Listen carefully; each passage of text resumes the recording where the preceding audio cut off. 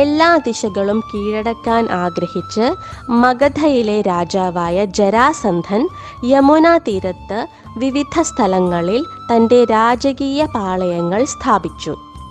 അപ്പോൾ അതിശക്തനായ കുവലയാപീഠമെന്ന ആന കോപാകുലനായി ചങ്ങല പൊട്ടിച്ച് രാജകീയ പാളയത്തിൽ നിന്ന് ഓടി കംസന്റെ ഗോദയിലേക്ക് പ്രവേശിച്ചു.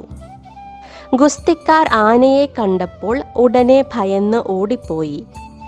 ആന തൻ്റെ അടുത്തെത്തിയപ്പോൾ കംസൻ അതിൻ്റെ തുമ്പിക്കൈ പിടിച്ച് നിലത്തേക്ക് എറിഞ്ഞു.